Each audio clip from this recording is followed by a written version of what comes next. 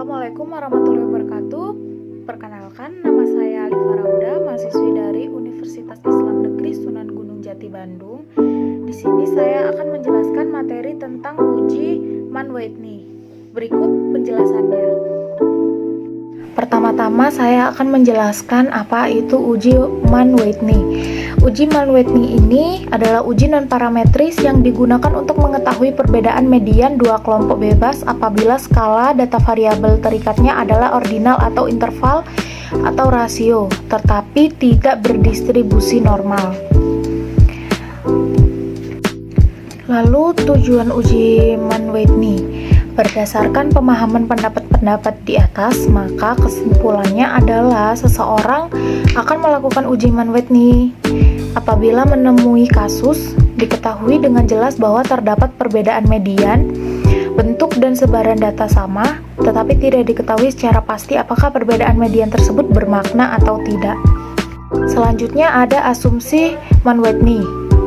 Berdasarkan uraian di atas, maka dapat disimpulkan asumsi yang harus terpenuhi dalam Mann-Whitney, yaitu skala data variabel terikat adalah ordinal, interval, atau rasio. Apabila skala interval atau rasio, asumsi normalitas tidak terpenuhi, atau normalitas dapat diketahui setelah uji normalitas. Lalu, data berasal dari dua kelompok, atau apabila data berasal dari 3 kelompok atau lebih, maka sebaiknya gunakan uji Kruskal-Wallis. Lalu, variabel independen, satu dengan yang lainnya, artinya data berasal dari kelompok yang berbeda atau tidak berpasangan. Yang keempat, varians kedua kelompok sama atau homogen, atau karena distribusi tidak normal, maka uji homogenitas yang tepat dilakukan adalah uji Levens test, di mana uji Fisher-F diperuntukkan bila asumsi normalitas terpenuhi. Di sini terdapat contoh soal yang akan kita kerjakan di aplikasi SPSS. Sebelum kita ke SPSS, langkah pertama kita menyalin dulu contoh soal di Excel. Di sini saya sudah menyalin. Lalu selanjutnya untuk nomor kita ganti menjadi populasi. Lalu untuk A kita ganti menjadi penjualan. Setelahnya ini kita ganti menjadi 1. Lalu ini populasi B kita ganti menjadi 2. Jika sudah, ini kita pindahkan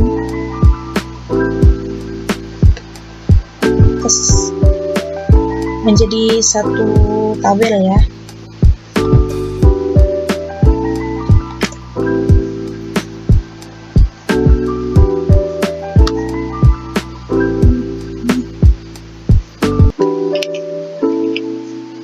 Jika sudah, ini kita copy. Lalu kita beralih ke SPSS.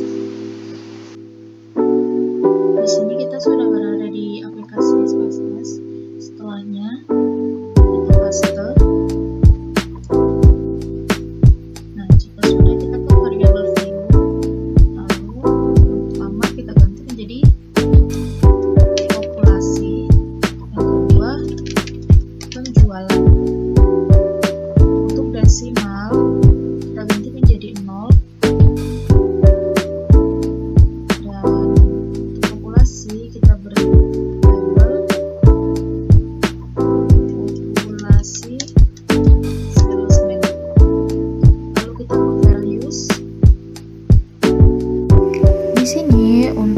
Value-nya kita tulis 1 dengan label tidak berpendidikan akademis. Jika sudah, kita add. Lalu setelahnya value 2 untuk label berpendidikan akademis, kita add. Jika sudah selesai, kita oke.